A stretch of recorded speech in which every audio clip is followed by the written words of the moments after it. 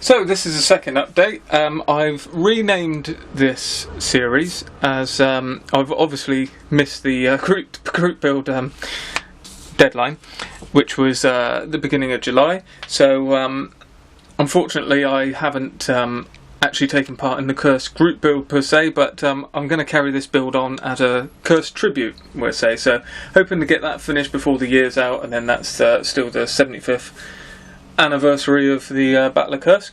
So I've pushed on quite nicely with the Ferdinand, got the superstructure on now, and pretty much brought the entirety of the hull together, and now starting to plan what hatches I'm going to have open for figures and all the rest of it.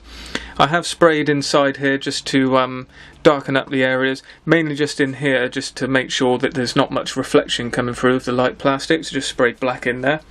Everything's gone together really nicely, to be honest. No massive issues. Everything's fit quite well. And as you can see, I'm just starting to put on some of the next level of details. I will leave off all the tools and stuff, but most of the fittings I can get on and use and not damage through the painting and weathering process I will be putting on now. So that one's come together nicely. Then on to the Tiger. So this has been one session's work in the hull here, and you can't really see much apart from obviously I've put the arms for the road wheels in and the rear idler wheels, and I've set them. There was quite a lot of movement there, so you could pick whether you wanted to have it fully extended or brought in a bit. So I've kind of gone for just off of the most extended. I do that whenever I've got that option. I just kind of do something like that. But the main issue in here, well, it's not an issue, but where the time's gone, is fitting in these etched metal spars in the bottom here, which is what the rest of the interior is built up on, I gather. And this is all separate pieces of etched metal. So you've got the bits that go along here, they're all single pieces with slots in them. Then you've got the bits going along here, that's one piece with a separate piece there. And this is how it goes on. So it's very fiddly. I'll see if I can zoom in. That might give you a better idea. I mean, it's a nice effect, and don't get me wrong, you know, it's certainly scale thickness and all the rest of it, but I'm not sure it was totally necessary, because it's buried right down there in the bottom of the hole. You're not going to see much of it, but it would have been nice to at least have the plastic option as well, if you didn't want to worry about using the etched metal, because it's quite fiddly, and I expect someone who's pretty new to modelling would have struggled quite a bit with that. But with all that said, if you know what you're doing with, you know, you've got a little bit of modelling experience, there were slots cut in all the parts here, so, you know, there was enough to make it line up.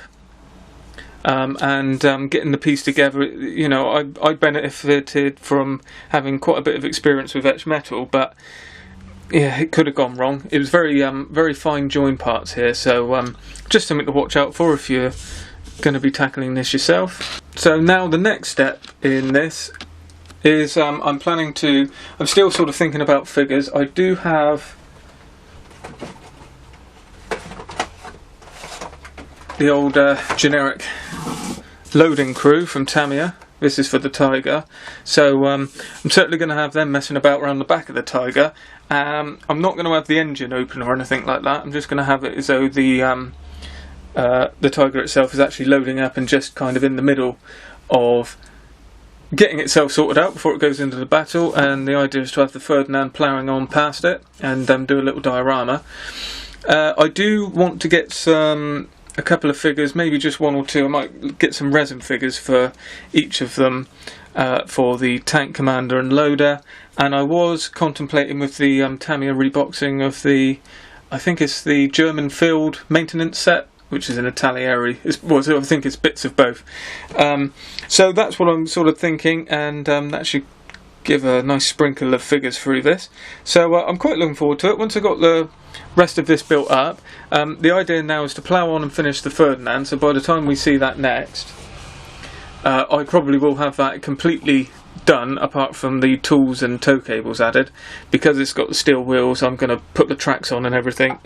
Maybe leave the fenders off, not sure. When I did the elephant, I did build it all together and then painted it all whilst it was on the tank, so might do that. And obviously the Tiger's a little bit a little bit of a different kettle of fish, so I want to get the interior finished, then kind of seal it up. I'm still not sure whether I'm going to leave it so I can take the parts off or not. When I make a decision on that, that will dictate how deep I go into the interior. Probably just going to do it as a partial interior. Certainly not going to mess about with the engine itself. I'm going to put the radiators in so you can see through the hatches and there's something in there, but the rest of it, I mean, I'm not going to be exposing the engine.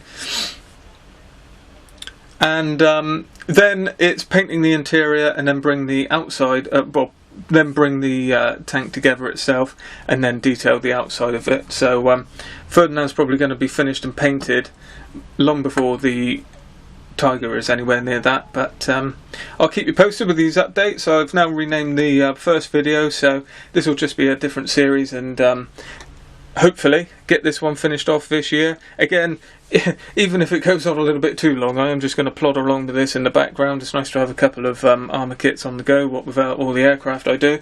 So stay tuned, and hopefully there'll be a new update soon.